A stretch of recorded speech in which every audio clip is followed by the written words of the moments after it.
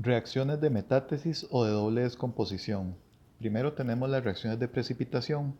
En este ejemplo, el nitrato de plata reacciona con cloruro de potasio. Ambos compuestos son solubles, entonces recordemos que el nitrato de plata va a formar iones de plata e iones nitrato. Y el cloruro de potasio va a formar iones potasio y aniones cloruro. Entonces, ellos se van a combinar y aquí la combinación que puede generar un precipitado es el cloruro y la plata.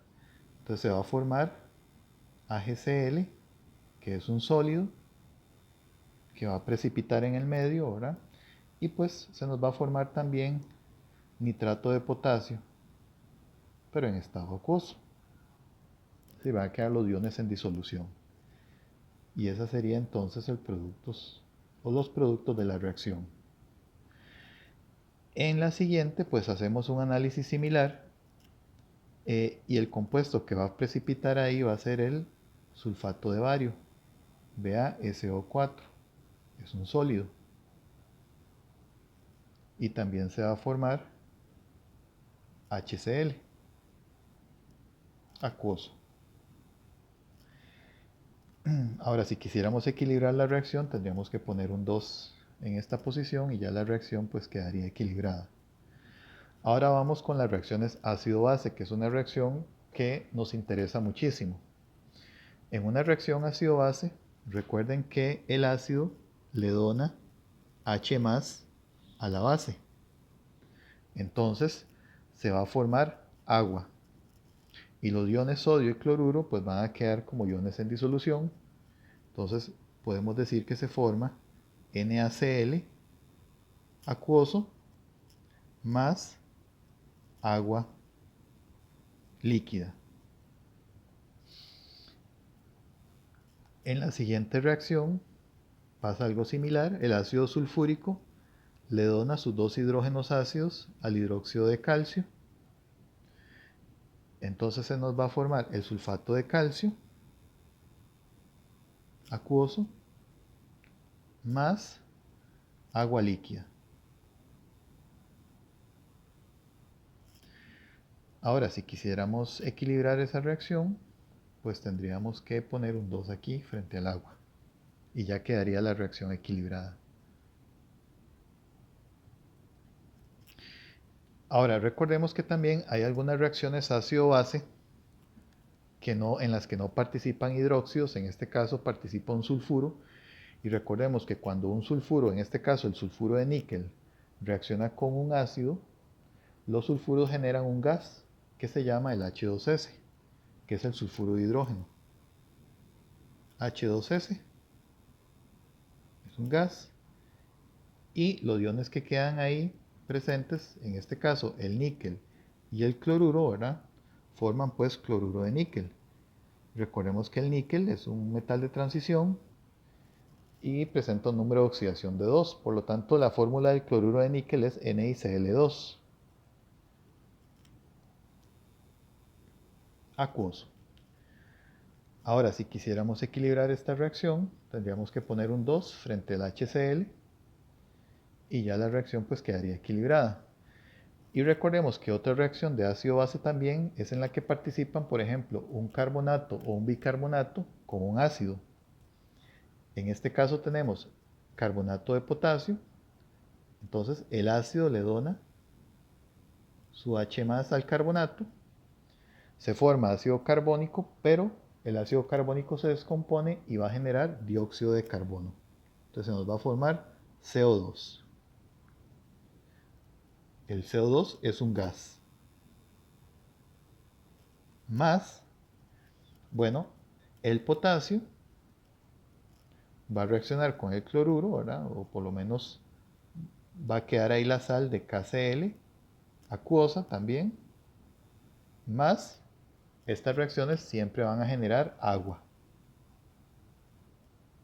líquida. Ahora, si quisiéramos equilibrar la reacción, tendríamos que poner un 2 acá para equilibrar los potasios. Para equilibrar los cloros tendríamos que poner otro 2 aquí. y ya la reacción pues quedaría equilibrada. Y por último tenemos las reacciones de combustión. Recuerden que una reacción de combustión es una reacción en la cual una sustancia se mezcla con oxígeno y generalmente hay presencia de una llama. En el primer caso tenemos un hidrocarburo que se llama propano, reacciona con oxígeno y es de esperar entonces que se forme dióxido de carbono. Vamos a suponer una reacción completa, una combustión completa, dióxido de carbono. Es decir, el carbono del propano se transforma en dióxido de carbono y el hidrógeno del propano se va a transformar en agua. Ahora, si quisiéramos equilibrar esa reacción, tendríamos que poner un 3 aquí, ahí quedarían equilibrados los carbonos. Para equilibrar los hidrógenos tendríamos que poner un 4 acá. Y para equilibrar los oxígenos, del lado de los productos tenemos 10 oxígenos. Entonces tendríamos que poner un 5 en esta posición y ya la reacción quedaría equilibrada. Ahora, cuando un metal se somete a una combustión, se va a formar un óxido metálico. En el caso del hierro, recordemos que el hierro presenta dos números de oxidación, hierro 2 y hierro 3. Quiere decir entonces que el hierro podría formar óxido de hierro 2 o podría formar óxido de hierro 3, que es esta fórmula, Fe2O3. Como la reacción es una combustión, lo que uno esperaría es que el metal quede principalmente con su mayor número de oxidación, es decir, se oxide al máximo. Entonces lo que deberíamos de poner sería, lo más conveniente sería el óxido de hierro 3, Fe2O3. Ahora bien, si quisiéramos equilibrar esa reacción, tendríamos, vamos a ver, que poner entonces un 3 aquí, 2 acá. Ya ahí equilibramos los oxígenos y tendríamos que poner 4 hierros. Y de esa forma quedaría entonces la reacción ya equilibrada. Ahora, en el siguiente ejemplo tenemos tetracloruro de carbono reaccionando con oxígeno. El carbono sabemos que se transforma entonces a CO2 cuando reacciona con oxígeno. ¿Y qué pasa con los halógenos? Halógenos como por ejemplo el flúor, cloro, yodo, bromo. ¿Verdad? Ellos se transforman en sus elementos respectivos. En este caso, el cloro se transforma en cloro, ¿verdad? Cuya molécula es Cl2. Ahora bien, si quisiéramos equilibrar esto, nada más tenemos que poner aquí un 2 frente a la molécula de Cl2 y ya quedaría la reacción equilibrada. Por último, el azufre más oxígeno. Recordemos que el azufre y el oxígeno forman dos óxidos. Uno es el SO2 y el otro es el SO3. Como esta es una reacción de combustión, vamos a suponer entonces que el azufre va a quedar con su mayor número de oxidación. Recordemos que en el SO3 el número de oxidación es más 6, en el SO2 el número de oxidación es más 4, por lo tanto aquí lo conveniente sería escribir SO3. Si quisiéramos equilibrar esa reacción, tendríamos que poner aquí, vamos a ver, tendríamos que poner 8 SO3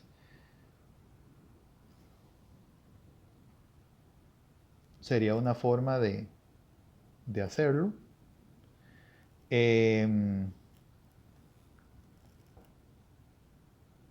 Podríamos también, bueno, en este caso nos quedarían entonces 3 por 8, 24 oxígenos. Entonces me tendrían que quedar aquí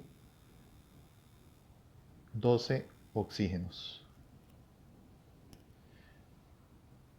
Entonces me quedarían 12 por 2, 24 oxígenos, 8 por 3, 24 oxígenos, 8 azufres, 8 azufres. Y esa sería pues la reacción ya equilibrada. Muchas gracias.